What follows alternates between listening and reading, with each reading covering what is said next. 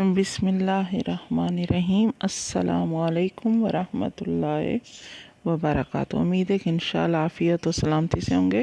خیر و عافیت، خیر و برکات میں ہوں گے، صحت و سلامتی سے ہوں گے۔ تو سب سے پہلے پڑھتے ہیں درود پاک۔ اللہم صلی علی سیدنا محمد وعلی آل سیدنا محمد وبارک وسلم علیہ، صلی اللہ علی نبینا محمد وعلی آلہ واصحابہ اجمعین برحمتک یا ارحم الراحمین۔ تو بسم اللہ کرتے ہیں۔ آج جو ہے ایک تو آپ کو میرا دیکھیں گی زبردست کڑھائی میں نے بنائی ہے، اس کا طریقہ، اور پہلے کچھ ناشتہ منگایا تھا، باہر سے ہی سارا منگایا ہے، تو میں نے کہا چلو آپ کے ساتھ شیئر کر دوں یہ بھی۔ تو ایک روٹین ہوتی ہے گھر کی، کچھ بنا رہے ہیں، کچھ دکھا رہے ہیں باہر کا، کچھ کبھی گھر کا بنا ہوا، کبھی ولاگ ٹائپ میں یہ بنا رہی ہوں ویڈیو، تو میں نے کہا چلو آپ کے ساتھ اپنی جو ہے ڈیلی روٹین بندہ شیئر کرتا ہے۔ تو آج جو ہے میں جس طرح واقعات بتا رہی تھی، کچھ بیچ میں گیپ آ گیا بیچ میں، تو آج میں حضرت ام حبیبہ رضی اللہ تعالی عنہ کا واقعہ بیان کرتی ہوں۔ حضرت ام حبیبہ رضی اللہ تعالی عنہ جو ہیں ام المومنین، حضرت ان کے ام حبیبہ کا نام جو تھا اصل میں رملہ نام تھا، ام حبیبہ ان کی کنیت تھی۔ یہ حضرت ابو سفیان رضی اللہ تعالی عنہ کی بیٹی تھیں اور حضرت امیر معاویہ کی بہن تھیں۔ حضرت سفیان جو تھے وہ تو بعد میں، پہلے بیٹی کا جو نکاح ہوا تو اس کے بعد وہ پھر اسلام لے آئے تھے، لیکن پہلے بہت بڑے سرداروں میں ان کا شمار ہوتا تھا حضرت سفیان کا رضی اللہ تعالی عنہ کا۔ تو وہ بہت کئی سالوں تک مسلمانوں کے ساتھ کافی جنگ میں، اور پورا ان کے ساتھ جو اسلام جیسے دشمن ہوتے ہیں، بڑے سرداروں میں سے تھے، بڑی طاقت رکھتے تھے، اور بڑا مسلمانوں کو تکلیف پہنچانے میں لگے رہتے تھے۔ یہ فقط ان کا جو حضرت سفیان ہے، یہ فتح مکہ کے موقع پر اسلام لے آئے تھے۔ ام حبیبہ کی جو والدہ تھیں ان کا نام صفیہ بنت ابو العاص تھا، بن امیہ تھیں۔ یہ حضرت عثمان غنی کی سگی پھپھو تھیں، اور حضرت حبیبہ جو ہیں ان کے بھائی امیر معاویہ رضی اللہ تعالی عنہ یہ کاتب وحی بھی ہیں، ان کو کاتبین وحی میں شمار ہوتا ہے ان کا، اور اس کے یہ کوئی تعارف کے وہ نہیں ہے محتاج حضرت امیر معاویہ رضی اللہ تعالی عنہ۔ ام حبیبہ جو ہیں حضور کی بعثت سے 17 برس پہلے جو ہیں پیدا ہوئی ہیں، بعثت کے، حضور کی نبوت کی بعثت جو ہوئی ہے اس کے 17 برس پہلے پیدا ہوئیں۔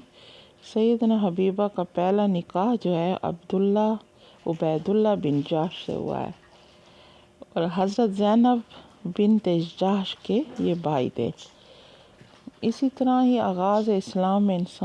بہت زیادہ مسلمانوں کو تکلیفیں جب پہنچنے لگیں، اور حضرت سفیان کی طرف سے بھی پہنچائی جاتی، تمام سردار جو تھے مسلمانوں کے، وہ استغفر اللہ، اس کے مشرکین کے جو تھے، ابو سفیان اس ٹائم مشرکین میں تھے، اور کافی بڑے بڑے جو سردار تھے وہ اسلام جیسے ہوا قبول کیا لوگوں نے، اور ان کو طرح طرح سے تکلیفیں پہنچاتے تھے۔ تو یہ جو ہے مسلمانوں کے بدترین دشمن اس ٹائم تھے، بڑے ظلم ستم سہتے تمام مسلمان۔ جب حضور نے ان کو حبشہ کی طرف ہجرت کا کہا تو یہ بھی جو تھیں ام حبیبہ ہجرت کر گئے، حبشہ کی طرف ہجرت کر گئے۔ یہ انہوں نے فوراً اسلام، ان کے جو تھے عبید اللہ بن جحش جو تھے ان کے جو خاوند تھے، اور وہ جو ام حبیبہ تھی، انہوں نے فوراً ہی جیسے اسلام کا نام مطلب حضور کو رسالت ملی تو نبوت ملی، تو انہوں نے فوراً اسلام قبول کر لیا تھا، اور تکلیفوں کی وجہ سے ہجرت کر گئی تھیں یہ حبشہ کی طرف۔ تو حبشہ کے قیام کے دوران جو ان کے شوہر تھے وہ مرتد ہو گئے، اور مرتد ہو کے عیسائی ہو گئے، اور شراب نوشی کرنے لگے۔ جب ان کو پتہ چلا تو انہوں نے خواب میں بھی دیکھ لیا تھا، اور کافی اس کی بگڑی ہوئی شکل اور بہت ہیبتناک شکل میں دیکھا، اور اگلے دن ہی اپنا خواب اپنے خاوند کو سنایا کہ شوہر سے کہا کہ، اور ان کو پتہ بھی چل کے یہ تو عیسائی ہو گیا ہے، تو خواب سنے اور دوبارہ اسلام میں آنے کی دعوت دی، لیکن اس کے شوہر جو تھے اس نے یہ دعوت فوراً ہی انکار کیا، اور اسی کفر میں ہی، حبشہ میں ہی وہ مر گیا۔ جب عدت ان کی پوری تو انہوں نے عدت پوری کی ام حبیبہ نے، اس کے بعد حضرت محمد صلی اللہ علیہ وسلم نے ان کے پاس، نجاشی کے پاس پیغام بھیجا اور اپنا مکتوب بھیجا، لکھ کے خط بھیجا، اور نکاح کی ان کو نکاح کے بارے میں کہا کہ نکاح میں کرنا چاہتا ہوں۔ تو جیسے ہی نجاشی جو ہے انہوں نے اپنا جو ہے حبشہ کے جو نجاشی تھے انہوں نے اپنا قاصد، جو ابرہہ نام ایک باندی تھی اس کا نام تھا ابرہہ، تو انہوں نے وہ قاصد کی حیثیت تھے حضرت ام حبیبہ کے پاس بھیجا۔ جب ابرہہ جو باندی تھی وہ پیغام لے کے جب آئیں ام حبیبہ کے پاس کہ آپ صلی اللہ علیہ وسلم سے حضور صلی اللہ علیہ وسلم کا پیغام آیا نکاح کے لیے، تو آپ کو خوشی میں اپنے کنگن، انگوٹھی اور پانزیب اتار کے باندی کو بطور انعام میں دیا اور بہت خوش ہوئیں۔ تو اس طرح کیونکہ حضرت حبیبہ نے خواب میں بھی دیکھ لیا تھا کہ جو ہے مجھے خواب میں ام المومنین کہہ کے پکارا جاتا ہے، تب انہوں نے جب عدت کے دوران خواب دیکھا تو انہوں نے کہہ دیا تھا کہ مجھے لگتا ہے کہ میرا نکاح جو ہے حضور رحمت للعالمین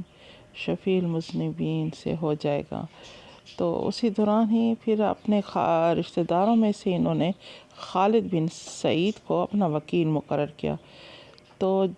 شام کو جو ہے، شام کے وقت نجاشی نے جعفر بن ابی طالب کو، تمام جو مسلمان تھے وہاں، تو ان کو بلایا اور خطبہ پڑھا، فرمایا کہ تمام جو ہے مجھے حضرت وسلم کی طرف سے نکاح کے لیے بولا گیا ہے، تو میں جو ہے اپنی طرف سے، انہوں نے خطبہ بھی پڑھا اور کہا کہ مہر بھی 400 دینار مقرر کرتا ہوں، 400 دینار، اور جو مہر جو ہے میں خود ہی ادا کرتا ہوں، اور جو انبیاء علیہ السلام کی بے سنت ہے کہ جو بھی نکاح کرتے تو ولیمہ بعد میں کیا جاتا تھا۔ تو نجاشی نے کہا کہ میری طرف سے ولیمہ بھی ہوگا، انہوں نے کافی بھرپور دعوت بھی کی اور مہر بھی ان کا عطا کیا، اور بہت سا عطر اور جہیز اور سامان قیمتی ان کو جہیز میں دے کے اور وہاں سے رخصت کیا۔ اور وہاں پہ جو ان کے وکیل تھے خالد بن سعید، انہوں نے بھی بعد میں خطبہ کیا اور ساتھ میں جو تھا ان کو یعنی کہا کہ مجھے خطبہ دے کے کہ یہ جو ہے نکاح میں قبول کرتا ہوں۔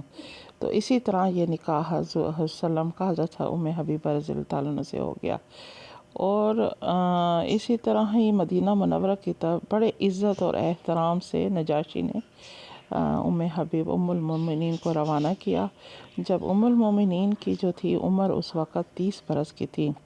7 ہجری میں ان کا نکاح ہوا، اور 36 یا 37 برس کی عمر میں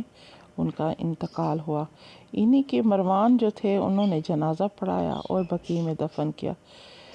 عبید اللہ بن جاش جو ان کے پہلے خاوند جو تھے، ان کے شوہر، ان میں سے ان کے 2 بچے تھے، عبداللہ اور حبیبہ، کیونکہ جب یہ ہجرت کر رہی تھیں مکہ سے مسلمانوں کے اپنے پہلے سابقہ خاوند کے ساتھ حبشہ کی طرف، تو اس وقت یہ حامل سے تھیں، تو وہاں پہ حبشہ میں ان کی بیٹی حبیبہ پیدا ہوئی۔ کفالت اس لیے ان کو ام حبیبہ کہا جاتا تھا۔ تو انہی بچوں کی تربیت، تعلیم، مطلب ان کی کفالت جو تھی وہ ہمارے نبی کریم صلی اللہ علیہ وسلم نے کی۔ اور یہ عرب کی ابو سفیان رضی اللہ تعالی عنہ فرماتے ہیں کہ تمام عرب کی خواتین میں اس سے حسین اور ترین، جمیل ترین خاتون میں نے نہیں دیکھی، اپنی بیٹی کے بارے میں فرمایا۔